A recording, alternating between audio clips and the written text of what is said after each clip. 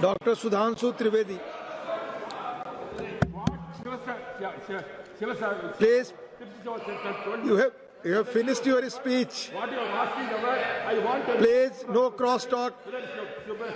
I've already. Please, no crosstalk. No crosstalk. Please, no crosstalk.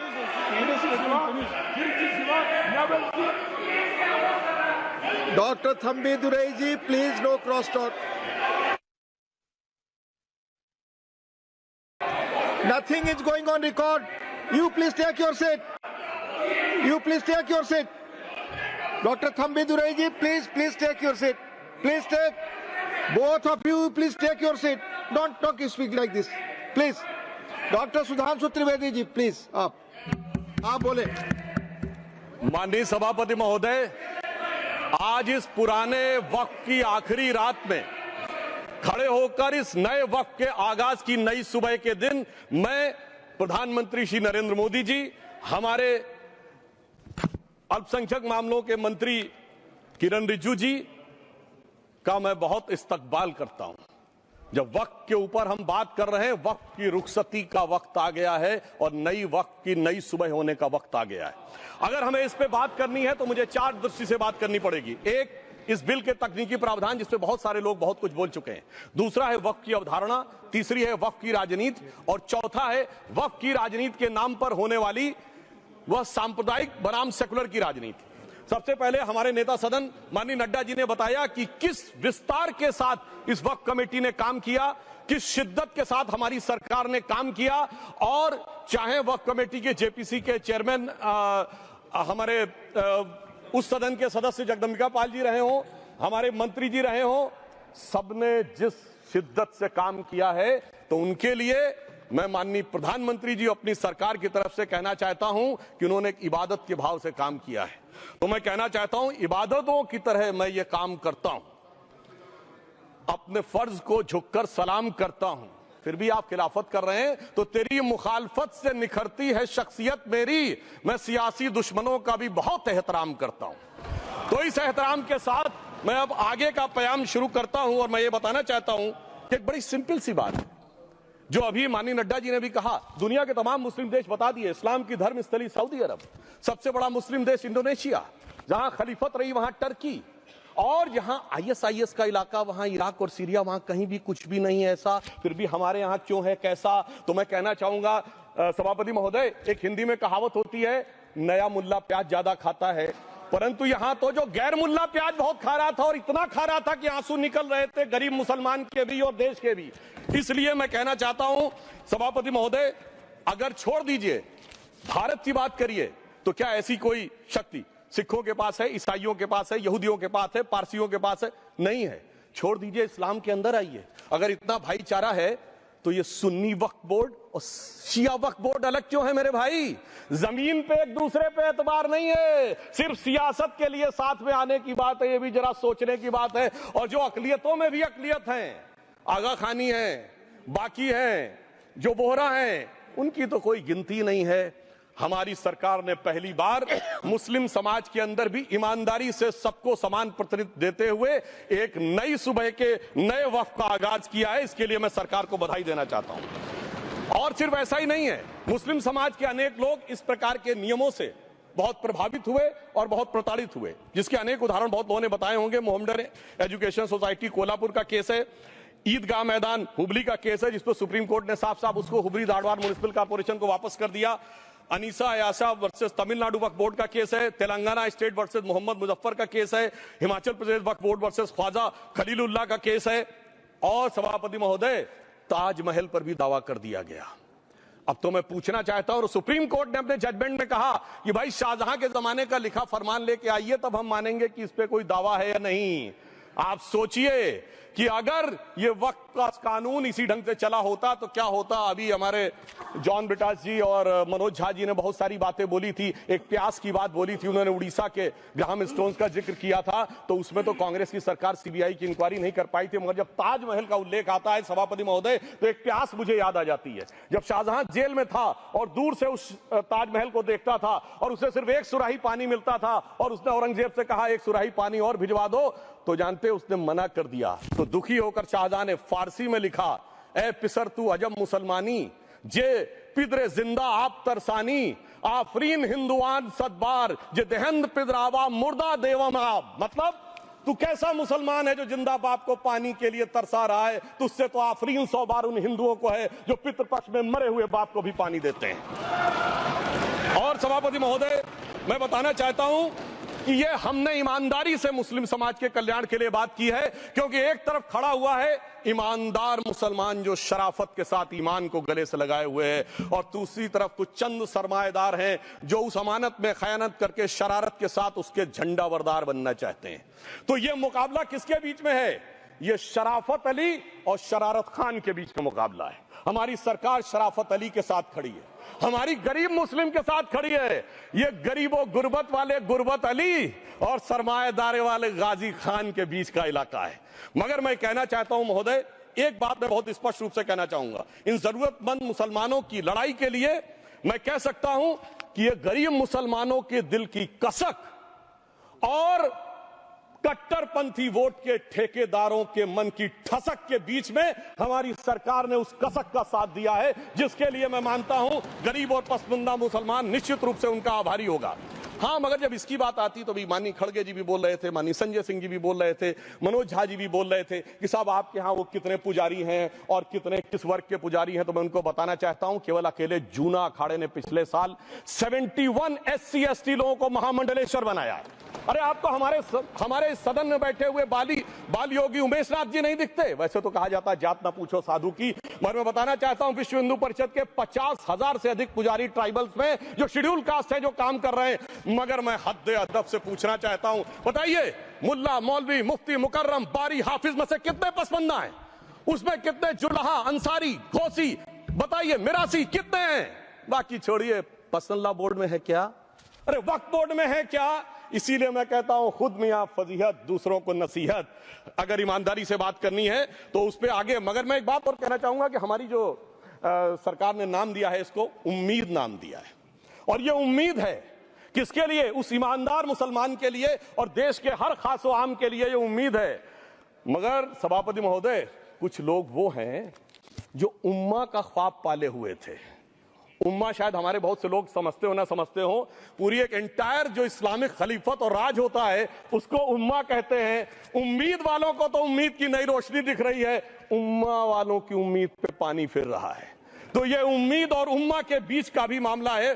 परंतु मैं ये भी कहना चाहूंगा सभापति महोदय, इसके बाद सिर्फ ऐसा ही नहीं था, प्रॉपर्टीज के ऊपर, तमाम सरकारी प्रॉपर्टीज पे जिसमें बहुत डिटेल में हमारे साथी लोग गए, मैं डिटेल में नहीं जाना चाहता। भोपाल का विषय है, हैदराबाद का विषय है, मुंबई का है, लखनऊ का है, पटना का है, बहुत प्रकार से है। माननीय लालू प्रसाद यादव जी का विषय जब बताया गया था तो बहुत ज्यादा हमारे मनोज झा जी बोल रहे थे, तो अब मैं उसके डिटेल में नहीं जाना चाहता हूं। सबने वो वीडियो देखा है। बस एक लाइन में उनके लिए कहना चाहूंगा, वो कुछ भी बोल रहे, जिसे कहते हैं बिगड़ी बात बने नहीं, लाख करो किनकोए, रहीमन बिगड़े दूध को मथे न माखन होए। अब जो बोलना था वो बोल चुके, सबके सामने वो आ चुका। अब एक बात और है, दूसरे धर्म स्थलों के बारे में विषय आता है, तो मैं याद दिलाना चाहता हूं केरला के कैथोलिक चर्च ने 31 मार्च 2025 को जो लिखा, सिर्फ उसकी लास्ट की 2 लाइन बोलना चाहता हूं। We request the central government to get the amendment bill passed as early as possible so that the tears of thousands of suffering people in the place like Munambam can be wiped out only by a legal amendment that can provide a permanent solution to their suffering. We urge all the MPs from opposition party to support the bill so that the historic legislation can become unanimous. मगर सभापति महोदय, ये अल्पसंख्यकों की बात करने वाले जब अल्पसंख्यक की बात आती तराजू पे तौलते हैं, किसका वेट ज्यादा है, किसकी धमक ज्यादा है, किसकी खनक ज्यादा है, फिर तय करते हैं कि माइनॉरिटी के साथ आना है, किस माइनॉरिटी के साथ नहीं आना है। और मैं एक और बात कहना चाहता हूं, तमिलनाडु के तिरुचेरी मंदिर की बात आई, यमुनानगर में गुरुद्वारे की बात आई, केरल में क्रिश्चियन कम्युनिटी की जमीन की बात आई। बहुत सारे लोग प्लेसेस ऑफ वर्शिप के एक्ट की बात करते हैं, तो as per places of worship act Tamil Nadu का मंदिर का तो स्टेटस नहीं चेंज हो सकता भाई। 15 अगस्त 47 के बाद किसी प्लेस ऑफ वर्शिप का स्टेटस नहीं चेंज हो सकता, तो वक्फ बोर्ड को क्लेम फॉरफिट कर देना चाहिए, because it is in contrast to the places of worship act. परंतु अब सुनिए, यही गुरुद्वारे के बारे में भी होना चाहिए। मगर सभापति महोदय, चाहे वक्फ बोर्ड का एक्ट हो, चाहे प्लेसेस ऑफ वर्शिप एक्ट हो, एक ही को फायदा होना है, जिसे कहावत में कहते हैं खरबूजा छुरी पर गिरे या छुरी खरबूजे पे गिरे, आखिर में कटना भगवे रंग के खरबूजे को ही होता है। अब मैं यह भी बताना चाहता हूं कि इन संपत्तियों के द्वारा जो कुछ हुआ, उन्होंने इतनी चीजों को लिया है, इतनी चीजों को लिया है। एक पुराना उर्दू का शेर है कि मिटे नामियों के निशान कैसे कैसे, और ये जमीन खा गई आसमां कैसे कैसे। इस जमीन ने कैसे कैसे लोगों को अपने में समा लिया, इसकी तमाम तारीख गवाह है। अगर मैं इसमें बहुत डिटेल में जाऊंगा तो सदन का बहुत सारा वक्त जाएगा, परंतु मैं एक बात ये कहना चाहता हूं कि जब इतना ज्यादा आगे बढ़ गया तो फिर कोर्ट ने आगे इंटरवेंशन करना शुरू किया। मैं डिटेल में नहीं जाना चाहता हूं। अभी कार्तिकेय शर्मा जी ने, बहुतों ने बोला सैयद फैसल का case versus union of government, Allahabad high court के केस को कहा, मगर Bashir versus state of west Bengal case में उन्होंने बहुत क्लियर कट कहा है कि waqf is not a religious denomination in accordance with the Article 26 of the Constitution, so the matter relating to the restricting the economic, financial, political and other sectoral activities that may be associated with religious practice under Article 25(2)(a) of the Constitution can be regulated by the state. तो मुझे लगता है अब इसके बाद कोई किंतु परंतु का स्कोप नहीं रह जाना चाहिए। परंतु उसके बाद भी सभापति महोदय जो कानून को न माने, जो कहे संविधान को नहीं मानेंगे, और जो ये कहे कि साहब अदालत के आदेश को भी नहीं मानेंगे, तो फिर इसका मतलब उसके मन में तो एक ऐसी बादशाही आ गई है। इसके लिए मुझे सभापति महोदय वो पुरानी वाली फिल्म अगर लोगों को याद हो तो मुगले आजम का वो सीन याद आता है कि जब अकबर ने अनारकली को कैद कर लिया तो सलीम कहता है जब्त मैं करूं जिसकी की जमीन वीरान हो गई है, जब्त वो न करे जिनके सिर्फ शौक के बाद चाहत को ठेस पहुंची है। ये जिल्ले इलाही की बादशाही नहीं बल्कि खुदाई है। मैं कहना चाहता हूं जो संविधान को न माने, कानून का न माने, इसका मतलब वो अपनी खुदाई में जी रहा है। तो ये वो लोग हैं। और वैसे मैं सभापति महोदय, खुदाई से आजकल बहुत से लोगों को डर लगता है, क्योंकि जहां जहां खुदा है वहां वहां भगवान है, जहां जहां खुदा है वहां वहां भगवान है। बाकी आप सब बहुत बुद्धिमान हैं। अब मैं ये भी बात कहना चाहता हूं, और वैसे आखिर में उस अनारकली को कैद से छुड़ाने के लिए सलीम का एक हिंदू साथी दुर्जन सिंह ही आया था। मैं कह सकता हूं कि वक्फ की इस मुकद्दस जमीन को अगर कैद करके रखा है तो उन चंद लोगों ने जिनके दिमाग आज भी उन चीजों में भरे हुए हैं कि कोई समझता हम तो किसी जमाने में हुक्मरान वक्त थे, कोई कहता हुजूर नवाब थे, कोई कहता बादशाह आलमगीर थे, कोई कहता है बादशाह गाजी जिंदा पीर थे। तो नदीमुल हक साहब ने जो बोला था ना, किसी के बाप का हिंदुस्तान थोड़ी है, बिल्कुल मैं कहना चाहता हूं जिन्होंने इस देश के लिए खून बहाया उनके बाप का हिंदुस्तान है, उस गरीब मुस्लिम कारीगर के बाप का हिंदुस्तान है। पर जो ये कहते हैं कि आगरे का लाल किला किसके बाप ने बनवाया, आगरे का किला किसके बाप ने बनवाया, दिल्ली का किला किसके बाप ने बनवाया, हैदराबाद का चार मीनार किसके बाप ने बनवाया, उसके बाप का यह हिंदुस्तान नहीं है।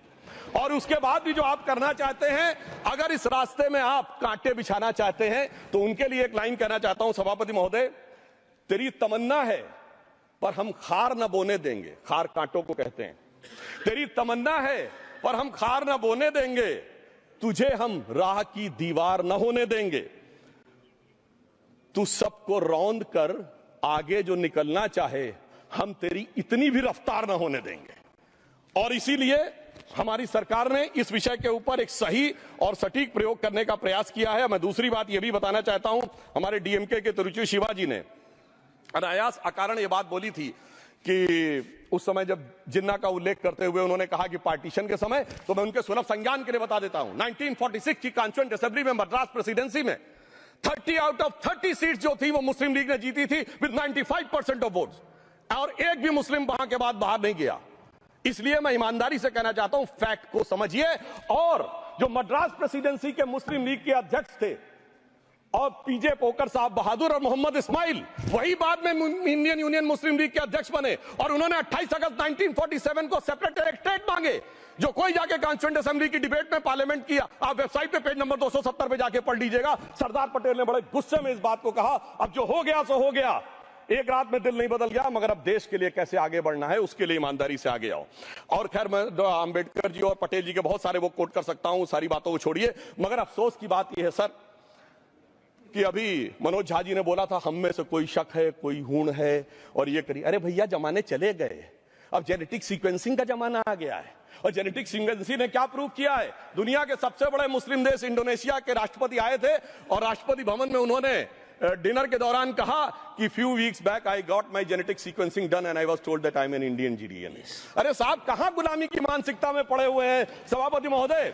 और यहां गुलामी की मानसिकता इस कदर पैबस्त है लोगों के दिमागों में, किसी सदन के एक सदस्य यहां विराजमान है, वो उस समय महाराणा सांगा का उल्लेख कर दिए। मैं ईमानदारी से कहता हूं, एक भी इंडियन सोर्स में इसका उल्लेख नहीं है, सारे के सारे फॉरेनर्स और लुटेरों के सोर्स में उल्लेख है। इसीलिए मैं कहता हूं, ये गुलामी की जिन्होंने गुलाम बनाया उनके सोर्सेस पे यकीन ना करिए। और वैसे थोड़ा सा आउट ऑफ कॉन्टेक्स्ट हो तो ये भी बोल दूं, हमारे सदन के बहुत सदस्यों को नहीं पता होगा, अलेक्जेंडर के आक्रमण का किसी भारतीय सोर्स में कोई उल्लेख नहीं है, पोरस नाम के किसी राजा का उल्लेख नहीं है, सिर्फ और सिर्फ ग्रीक में है। इसलिए गुलामी की मानसिकता से बाहर निकलिए, तब इन चीजों को आप सही ढंग से समझने में सफल होंगे। मेरा अब यह भी अनुरोध अपने सदस्यों के साथ है।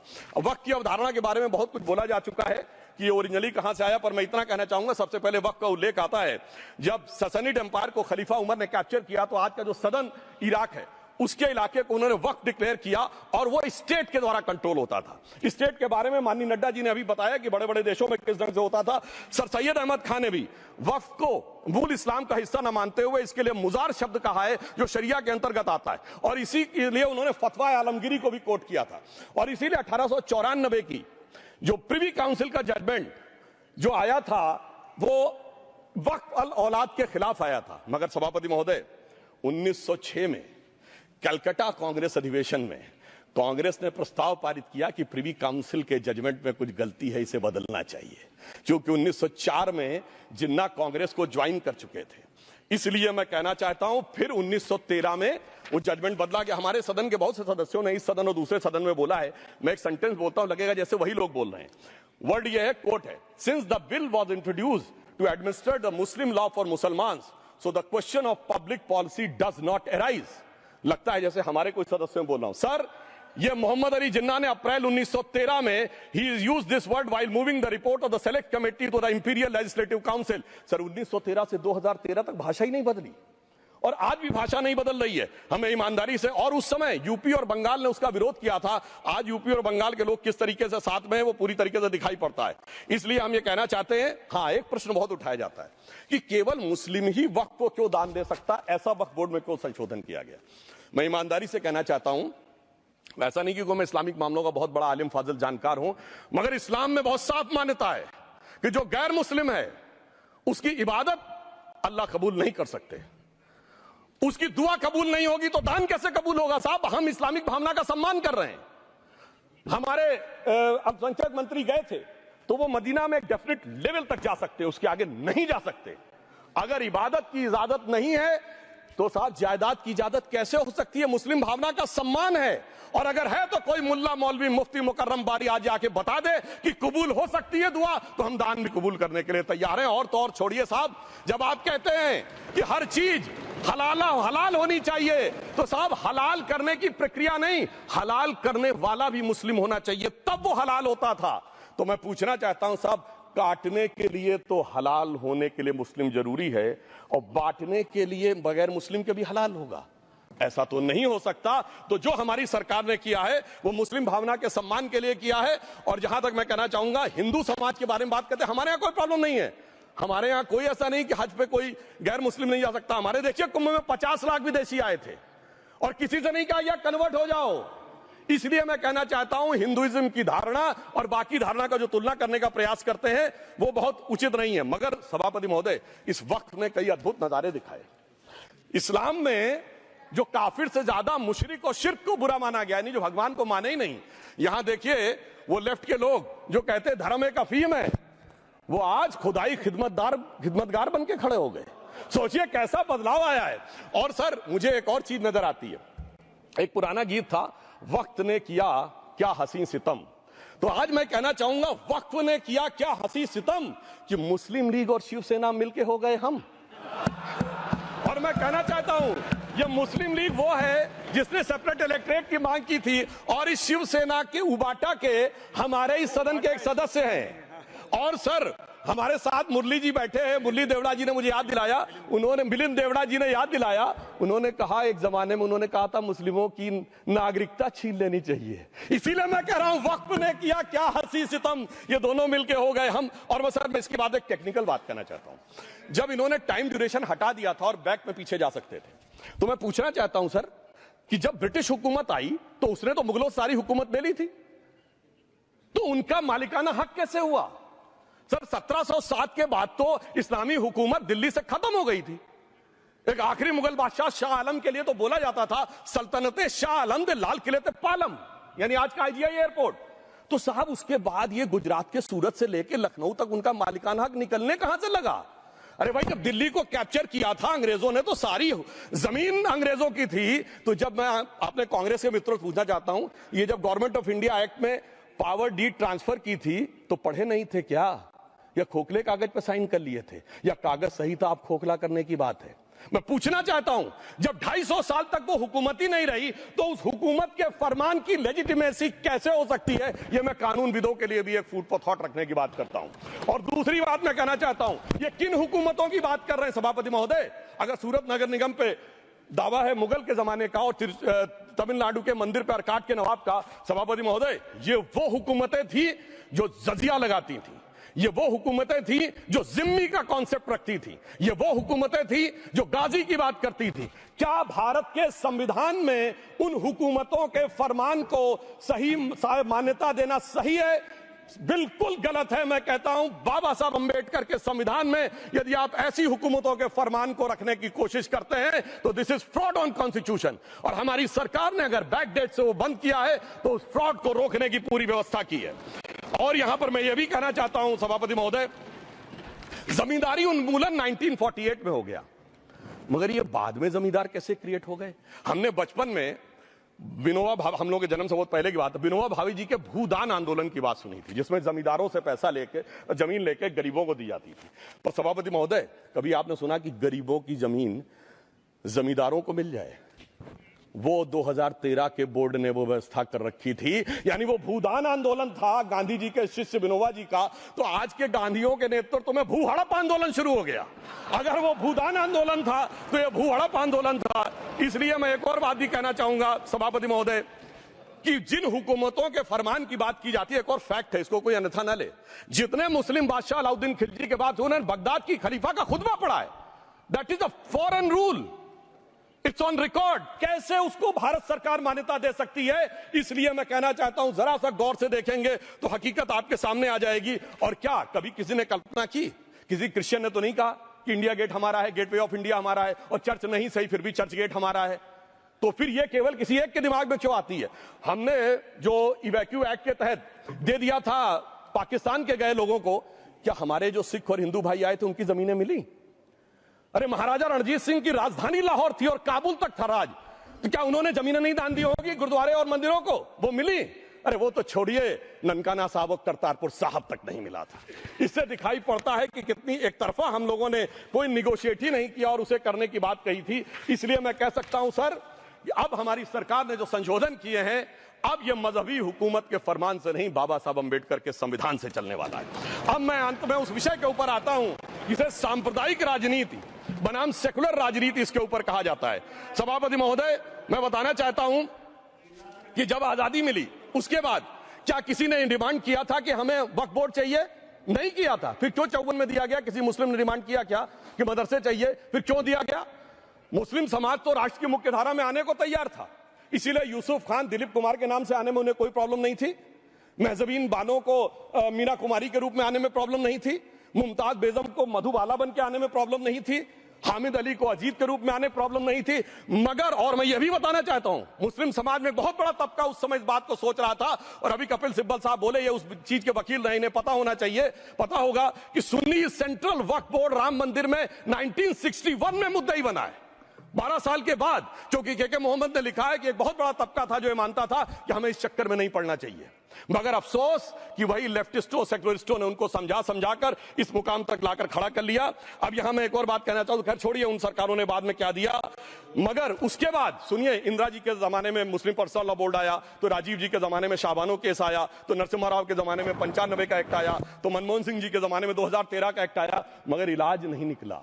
तो इसे एक शेर में कहूंगा कि मरीजे सेकुलर इश्क पर लानत खुदा की, मर्ज बढ़ता गया जो जो दवा की। अब मैं सभापति महोदय एक और बात कहना चाहता हूं, शुरू के 20-25 साल में मुस्लिम समाज के बारे में मैं कहना चाहता हूं। आज जब आजादी मिली तो मुस्लिम समाज के प्रतीक कौन थे? उस्ताद बिस्मिल्लाह खां, उस्ताद फरीदुद्दीन डागर, उस्ताद बड़े गुलाम अली, उस्ताद जाकिर हुसैन जिनकी अभी कुछ दिन पहले डेथ हुई, बड़े बड़े नगमा निवार, हसरत जयपुरी, मजरूर सुल्तानपुरी, साहिर लुधियानवी, कैफी आजमी, जोश मलियाबादी, जिगर मुरादाबादी। अब सर क्या हो गया? तब मुस्लिम समाज इन अदब के शाहकारों के साथ जोड़ा जाता था। आज मुस्लिम समाज का नेतृत्व किन लोगों के साथ जोड़ता है? इशरत जहां, याकूब मेनन, मुख्तार अंसारी, अतीक अहमद, दाऊद इब्राहिम। कौन जोड़ रहा है ये? तब से सर, जब से ये सेकुलर हो गया देश 1976 से और सेकुलर सियासत शुरू हुई, उसने ले जाकर इनको इस मुकाम तक पहुंचाया। और इस वक्फ बोर्ड के बिल में भी जो बात कही जा रही है सर, मुस्लिम समाज को यह समझाया गया कि तुम्हें बीजेपी वालों को तुमसे बड़ी अदावत है, और कहा गया इनको बड़ी मोहब्बत है। जब यह देश आजाद हुआ, मैं उत्तर प्रदेश का रहने वाला हूं, उत्तर प्रदेश में 1931 की संसद में 8% रेट ऑफ डेथ थी और सैयद मुसलमानों में 24% थी। यूपी की ब्यूरोक्रेसी में 20% थे। आज कहां चले गए सब? मैं एक लाइन में कहना चाहूंगा, ये अदावत और मोहब्बत की सियासत में ऐसे फंसे कि किसी को किसी की मोहब्बत ने मारा, किसी को किसी की अदावत ने मारा, मगर इस शराफत अली को सेकुलर सियासत ने मारा। और मैं सभापति महोदय एक और बात कहना चाहता हूं कि चलिए बोलिए। Fauzia Khan, please please, one second, mike is there. Yes, ये बोल रहे हैं मुस्लिम समाज आज का इशरत जहां और फलाना टेररिस्ट के साथ नाम जोड़ रहे हैं। ये बिल्कुल आरोप है सर, इसको एक्सपंज करना चाहिए। ये समाज के साथ अन्याय है। ये बात आपको एक्सपंज करना होगा सर, ये बात को। एक honourable member, if you would carefully go through what Sudhanshu has said, I am sure you will appreciate his spirit. Just think for a moment.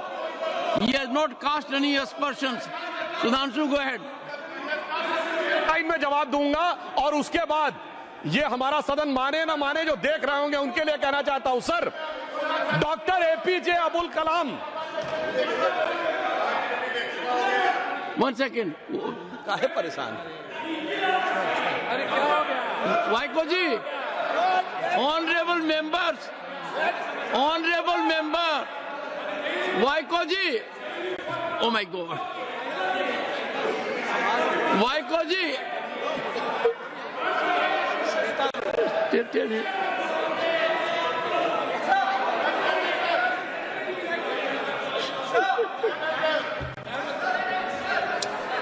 Honourable SM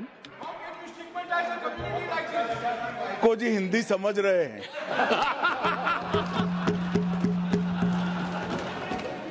One second. Fauziya Khan, one second. First, I think. One second. Sir क्या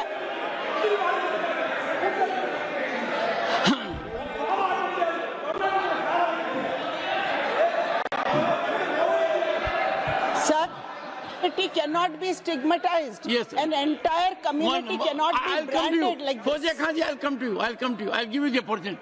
Honorable Finance Minister. But one line is said. One line. No, one nimisham irungappa, please.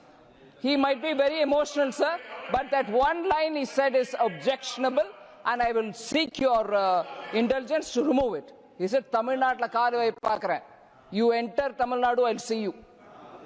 No good. No good. Illa, tappade. Tappe. Well, sonna koodadu. நீங்க அப்படி பேசுறது தப்பு. நீங்க அப்படி பேசுறது ரொம்பவே தப்பு. இந்த நாட்டுல யார் வேணாலும் எங்க வேணாலும் கால் வைப்போம். யாருக்கும் அதிகாரம் இல்ல ஒரு உயிர் மேல. Honorable Finance Minister. So sir, this is atrocious. You set foot in Tamil Nadu and take care. What is that language? We have a Home Minister after a long time who has brought about changes unthinkable. What he said, you can be fully assured. Yes, Honorable Home Minister. Yes, Jairam ji. Minister, Please. if the Yes, Honorable Finance Minister has found a statement objectionable, Jairam ji, address the chair. the statement of the Honorable Member stigmatizing a whole community is objectionable. Oh. And what is worse? And what is worse is the chairman lending respectability to that view. Oh my. That is even worse. Honorable That is even Home worse. Minister. मान्यवर, सुधांशु जी ने मुसलमानों के लिए कुछ नहीं किया है, India alliance के लिए किया है। अब मैं एक एक कर कर बता देता हूं। अरे सुनो ना भाई, आप सुनो तो। अरे दिग्विजय सिंह सुनिए, मैं खड़ा हूं ना अपने पैर पर।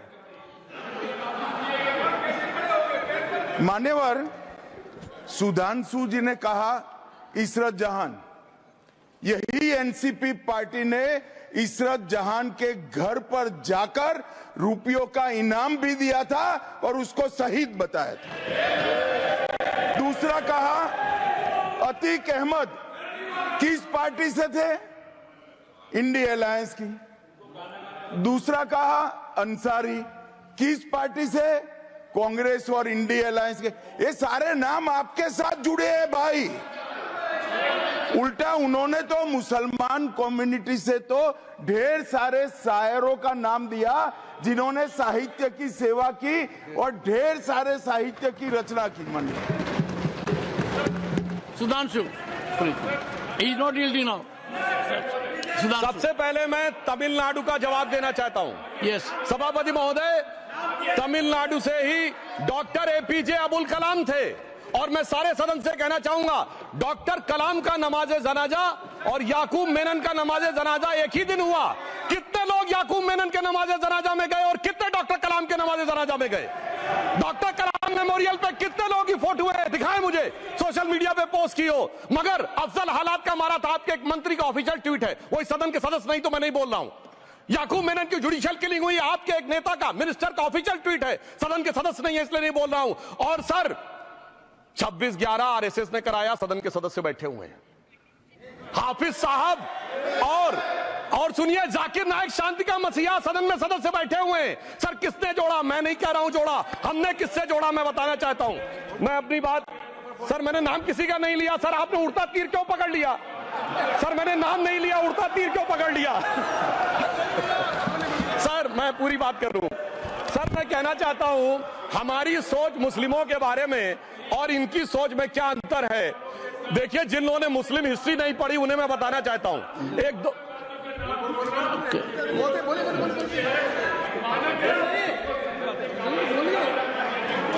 सभापति महोदय, मैं थोड़ा उन लोगों को इस्लामिक हिस्ट्री के बारे में बताना चाहता हूं। Honorable Digvijay Singh, please. No, I'll give a chance. I'll give. Honorable Digvijay Singh ji.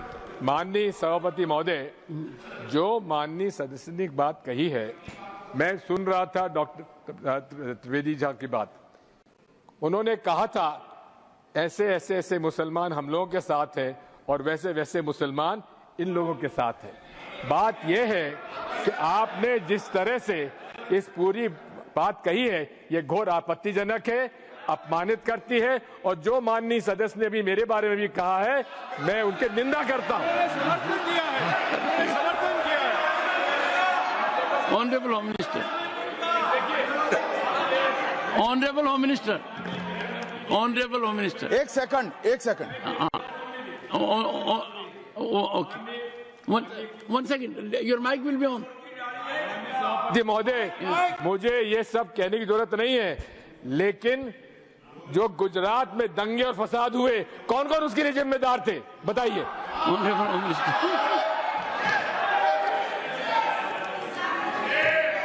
मान्यवर, मैं ध्यान से बारीकी से पूरे संवाद को सुन रहा हूं। माननीय सदस्य सुधांशु जी ने दिग्विजय सिंह का नाम नहीं दिया। अब वो खड़े होकर कहे मेरे बारे में कहा, इससे साबित हो गए। और अभी भी मौका है। आपने नहीं कहा है कि 26/11 के हमले में आरएसएस का हाथ था, तो अभी खड़े होकर माइक चालू कराकर बुलवा दीजिए। और आपत्तिजनक बात है, मैंने ये बात कभी नहीं कही है, ये आप लोगों का प्रचार है। मेरी आपत्ति इस बात की थी कि सभी माननीय सदस्य ने और बात कही है कि अब हमारे तरफ ऐसे ऐसे मुसलमान थे और वैसे वैसे मुसलमान हम लोग की तरफ थे, ये पूरे समाज के साथ, पूरे अल्पसंख्यक समाज के साथ अपमानजनक बात है। और माननीय सभापति महोदय, आप बताइए, माननीय गृह मंत्री जी, आप वहां पर जब गृह मंत्री थे, जब दंगे हुए थे, तो आप लोगों का क्या रोल था, ये जन जाहिर करें। जन होम मिनिस्टर, इनको मेरा हुआ ऐसा है कि मैं ही दिखाई पड़ता हूं। आपकी सुनिए, अब सुनिए ना, दिग्विजय सिंह सुनिए, 1 मिनट सुनिए। दंगे शांत होने के बाद 18 महीने के बाद मैं गृह मंत्री बना, दंगा हुआ तब मैं गृह मंत्री नहीं था। सुधांशु त्रिवेदी, संदर्भ में किसी का नाम नहीं लिया। अजीज बर्नी की किताब थी 2611 एंड आरएसएस कॉन्स्पिरेसी, कोई जाके चेक कर ले उसमें कौन कौन कहां था। अब मैं मुसलमानों के बारे में कहना चाहता हूं, मुस्लिम समाज के लिए। बहुत से लोग ऐसे हैं जिनको मुस्लिम समाज की हिस्ट्री नहीं पता है। मैं बताना चाहता हूं, भारत से जब न्यूमेरिक सिस्टम सबसे पहले गया तो अल जहार थे सबसे पहले, जिन्होंने जाके 1793 में जो सूर्य सिद्धांत था उसका अरबी में ट्रांसलेशन हुआ सिंध हिंद। और हम बता रहे हैं हम किस तरह के मुस्लिम को साथ रखते हैं। डॉक्टर कलाम से बड़ा आलिम इस्लाम में साइंसदान नहीं हुआ, और आरिफ मोहम्मद खान साहब जो बिहार के गवर्नर हैं, उनसे बड़ा आलिम फाजिल मुसलमान आज सियासी जमात में तो नहीं होगा, ये मैं दावे के साथ कह सकता हूं। मगर मैं बताना चाहता हूं सर, उसके बाद उन्होंने किताब लिखी, एक सर 10th सेंचुरी के मुस्लिम राइटर थे जिन्होंने किताब लिखी, उसका नाम था the compendious book of balancing and completion according to Hindu calculation, जिसको शॉर्ट में अल जब्र कहा गया, और वहां से अलजबरा निकला। और सर उसके बाद अल ख्वारिज्म आया। और सर आज मेरे ख्याल से सदन के बहुत से लोगों को नहीं पता होगा, ये जो एल्गोरिथम वर्ड है ये अल ख्वारिज्म से आया हुआ है। एक जमाने में इस्लाम में बैतुल हिकमत था, यानी वो सबसे बड़ा हिकमत का केंद्र था, जब एक से एक लोग होते थे। बहुतों को नहीं पता होगा कि कोलंबस ने जिस नक्शे के थ्रू दुनिया ट्रेवल किया था, वो बनाने वाला भी एक मुस्लिम था, अल इदरीसी। मगर सर एल्गोरिथम आज ऐसा बदला कि एआई के एज में दलगत भावना से ऊपर उठकर औरंगजेब के साथ खड़े हो गए। सर ये एल्गोरिथम किसने बदल दिया, ये मैं बताना चाहता हूं। इस पे थोड़ा सोचने की जरूरत है। इसलिए मैं कहता हूं मुस्लिम पॉलिटिक्स की सोच क्या थी, हमने किन मुसलमानों का साथ दिया है, मैं बताना चाहता हूं सर। वीर अब्दुल हमीद की शहादत की 50वीं वर्षगांठ 2015 में हुई। प्रधानमंत्री मोदी जी ने उनके पूरे परिवार को और उनकी पत्नी को बुला के सम्मानित किया, और इन लोगों ने उस यासीन मलिक को, जिसके ऊपर 3 एयरफोर्स के ऑफिसर्स को हत्या करने का आरोप था, वो प्रधानमंत्री आवास में सर साफ दिखाई पड़ता है कौन किसके साथ खड़ा हुआ है, कौन किस तरह के मुसलमान के साथ खड़ा हुआ है। और सर मैं ये भी कहना चाहता हूं सर, ये पिछले सर अपने में टन बोलिए सर, पिछले 30-35 सालों से हुआ खड़ा किया जा रहा है। 1990 में जब राम मंदिर आंदोलन हुआ, कहा गया बीजेपी आएगी उत्तर प्रदेश में खा जाएगी। सर बीजेपी आने के बाद उत्तर प्रदेश में जानते क्या हुआ सर, 22 साल से शिया सुन्नी के बीच में जो दंगे चलते थे और मदे साबा का जुलूस नहीं निकलता था, शिया समुदाय का मदे साबा का जुलूस लखनऊ में हमारी सरकार में निकलना शुरू हुआ। और उसके बाद कहा गया केंद्र में भाजपा आएगी तो खा जाएगी। सर अटल जी की सरकार आई, इतनी शानदार स्थिति रही। उसके बाद कहा गया गुजरात में आएगी तो भाजपा खा जाएगी। सर गुजरात का मुसलमान आज सबसे समृद्ध मुसलमान है, सबसे ज्यादा जकात वहां से आता है। उसके बाद कहा गया मोदी जी की सरकार आएगी तो क्या होगा। सर मोदी जी की सरकार आने के बाद हमारे साथियों ने बताया है अल्पसंख्यक समुदाय के 70% लोग हैं जिनको किसी न किसी एक योजना का लाभ जरूर मिला है। और सर फिर कहा गया सीए आएगा तो नागरिकता छिन जाएगी। सर उसके बाद भी आपने सब देखा, और सर हम बचपन में सुनते थे कि राम मंदिर बनने लगेगा तो मिडिल ईस्ट के देश पेट्रोल देना बंद कर देंगे। सर राम मंदिर भी बन रहा है, और भारत मिडिल ईस्ट कॉरिडोर भी बन रहा है, और अबू धाबी में भी मंदिर बन रहा है, और 4 मुस्लिम देशों ने सर्वोच्च नागरिक सम्मान मोदी जी को दिया हुआ है। इसलिए मैं कहना चाहता हूं सर, मर्ज हो तो उसका इलाज किया जा सकता है। जैसे हमारे यहां वैद धनवंतर माने गए हैं, इस्लामी अकीदे में वैद हकीम लुकमान माने गए, तो कहा गया है उनके लिए कि इसमें क्या रखा है, देखे है जो तू आन के पास, बदगुमा वहम की दारू नहीं लुकमान के पास। यानी मर्ज का इलाज है, पर वहम का इलाज तो हकीम लुकमान भी नहीं कर सकते जो आपने पाल कर रखा है। मैं कहना चाहता हूं हम किन मुसलमानों की बात करते हैं। आप गंगा जमुनी तहजीब की बात करते हैं। सर दारा शिकोह औरंगजेब का बड़ा भाई था, उसने उपनिषदों का अध्ययन किया, संस्कृत में अनुवाद कराया और नाम रखा सिर्राए अकबर, यानी वर्ड्स ऑफ गॉड। मैंने किसी को दारा शिकोह की जयंती मनाते हुए नहीं देखा। मैं पूछना चाहता हूं बेगम बीबी ताज, उनके घर पे जाते किसी ने सुना। सर ये बताइए, आलम शेख इतने बड़े कृष्ण भक्त के कवि, किसी ने सुना उनके घर पे जाते हुए? मलिक मोहम्मद जायसी जिन्होंने पद्मावत लिखा, उत्तर प्रदेश के रहने वाले, उनके घर पे कोई गया? ये बताइए। ब्रिगेडियर मोहम्मद उस्मान के घर पे कौन गया? आजमगढ़ में, गाजीपुर के रहने वाले थे, आज तक जाने वालों में नहीं दिखे। और मैं सर बताना चाहता हूं एक और बात। सर, एक सैयद इब्राहिम रसखान हुए हैं, बहुत बड़े कृष्ण भक्त के कवि। सर, जिन्होंने क्या लिखा? उन्होंने कहा मेरा अगला जन्म हो तो भी मैं कृष्ण भक्ति बनना चाहूंगा। मनुष्य बनूं तो ग्वाल बाले के रूप में, और पशु बनूं तो गाय के रूप में। उन्होंने कहा मानुष हो तो वही रसखान, बसों ब्रज गोकुल गांव के ग्वारन। जो पशु हो तो कहा बस मेरो चरो नित नंद की धेनु मजारन। सर, उन्होंने कहा गायों के बीच में नंद बाबा की गायों में जन्म लेना चाहूंगा। मगर सर, आज एक ऐसे नेता आए हैं इस देश में जिनको गायों से बदबू आने लगी है, तो उनके लिए मुझे मेरे मन में भाव आता है सर कि श्री रामचंद्र कह गए सिया से, ऐसा कलयुग आएगा, गोपालक श्री यदुवर कुल में एक ऐसा नेता आएगा जिसे बकरे कटने में खुशबू मिलेगी, गौ माता में बदबू पाएगा। रामचंद्र कह गए सिया से, कैसा कलयुग आएगा। अब सर, मैं एक और बात भी कहना चाहता हूं। हम किनको मानते हैं? सर, नजीर अकबराबादी को सुनिए, कृष्ण भक्त के लिए क्या कहा। सर, मैं एक बोलना चाहता हूं, बुल्ले शाह ने क्या कहा? बुल्ले शाह ने कहा, अभी होली गुजरी है, उसने कहा था आज होली खेलूंगी मैं, कर बिस्मिल्लाह। उन्होंने आगे कहा अलस्तु बिरबिकुम, प्रीतम बोले, सब सखियों ने घूंघट खोले, नाम नबी की रतन चढ़ी, सुनिएगा, नाम नबी की रतन चढ़ी और बूंद पड़ी अल्लाह अल्लाह, आज होली खेलूंगी मैं, कर बिस्मिल्लाह। तो मैं भी कहता हूं अब बिस्मिल्लाह करिए और उसके बाद हमारे इस सहयोग करिए, इस सकारात्मक उसका, वरना अल्हम्दुलिल्लाह जो हम मुसलमानों के लिए और देश के लिए करना चाहते हैं उसमें हमें सफलता जरूर मिलेगी।